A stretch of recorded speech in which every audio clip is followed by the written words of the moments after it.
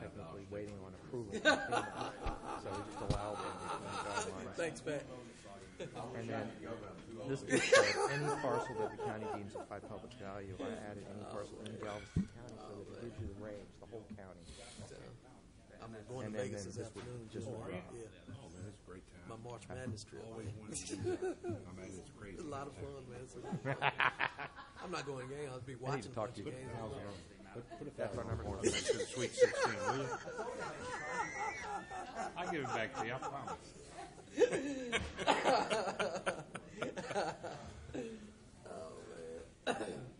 Hey, Hello, Mr. Mr. Guidry.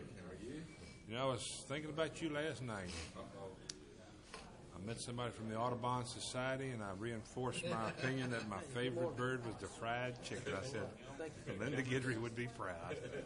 It went over as well as the last time. This was just a little one-on-one. I was telling the guy that story.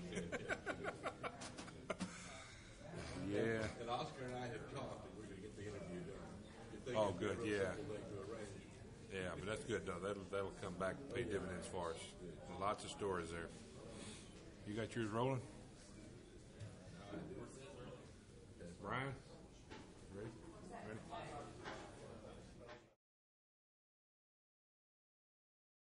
This is what I guess about the third week that we've kind of had an open discussion about how the process is moving forward.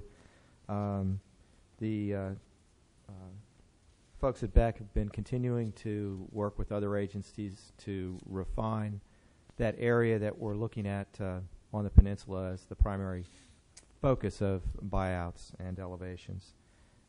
His report this morning notes that the properties within that the total buyout applications within the designated footprint that we discussed last week. South of the slough with the east and west borders we've talked Correct. And grabbing all of Gilcrest runs that number down to 785. If you just look at, from well over 1,000, if you look at just the properties between the slough and Highway 87, you're looking at about 155. Properties between the 4.5-foot line, GLO line, and the slough, plus Gilcrest is about 395. And then properties literally within that 400-foot or 4.5 line is 235. So the total there, if we encompassed all of those properties, would be about 785. My question is on the criteria, et cetera. Do we have enough flexibility? I think we've got a letter from maybe the city of Dickinson or somebody that has one or two, and it doesn't make sense for those individual cities to gear up for such a small, and they want us to take care of that for them. We've got enough flexibility in our guidelines that we do. We've continued to wordsmith this to make sure that you've got a lot of flexibility and also good public purpose for every purchase that you decide to move forward on. I would recommend in your backup materials the criteria that we're asking you to vote on today. I'd like to remove the second bullet under the Galveston County criteria. Initially, we were distinguishing. The county will consider buyouts elevations on Bolivar Peninsula? Yes, sir. The second sentence, the county will consider elevations exclusively on the Galveston County mainland. I'd like to remove that paragraph to give us, again, that flexibility should we find a public purpose to buy out properties and not just elevate them on the mainland. We need to have that flexibility. And that's actually covered in the bullet above it. So if we just remove that paragraph, that will cover us. Other than that, you will supply the county clerk with a correct copy if that's what we approve. I do. I have a final version for her. And also removed a sentence that was redundant at the very tail end. But all in all, everything is covered and gives you a pretty good range of things. Commissioner Doyle didn't ask me after a meeting last week to mention some of his thoughts on this. One of them being that he wanted to make it clear to the public that his focus, since it is primarily his precinct, was not just to do a buyout.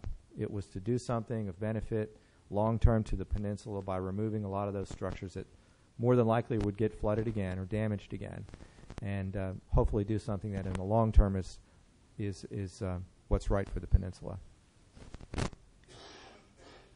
He also mentioned his hope that we would continue to pursue on the Orca side any elevations or buyouts that don't meet the HMG criteria, but still might be able to help some people under the ORCA funding side.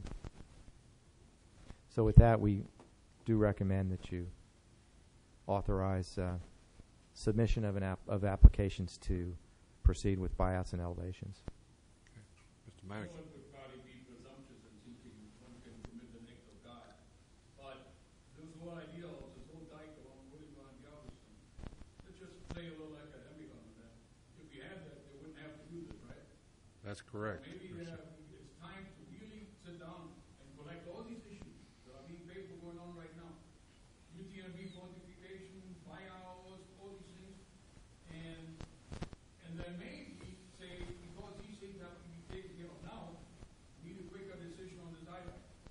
So I would suggest that, County Commissioner, whenever you dedicate to it, expertly fast and get all these people that are all responsible for any of these for similar programs that have to do with follow-up and fortification and buyout and long-term mitigation. To collect these numbers very quickly and maybe get some momentum going the other way. Point well taken. That certainly we had some type of protection along the unincorporated area of Bolivar and the far west end of Galveston. You know, we probably have a whole lot. If may not have any buyout discussions or elevation discussions, which is a whole, yeah. So we will take you up on that, Gerhard. We've already been compiling, but let's add that to the list of monies where we're spending economic benefits of some other type of mitigation dike or levee system. Great. A lot of money will be spent between now and then. Okay, so you want us to take action to authorize the application and to approve the criteria that you've established, subject sir. to the exclusion of that one paragraph and the deletion of another redundant sentence. Make a motion we do so.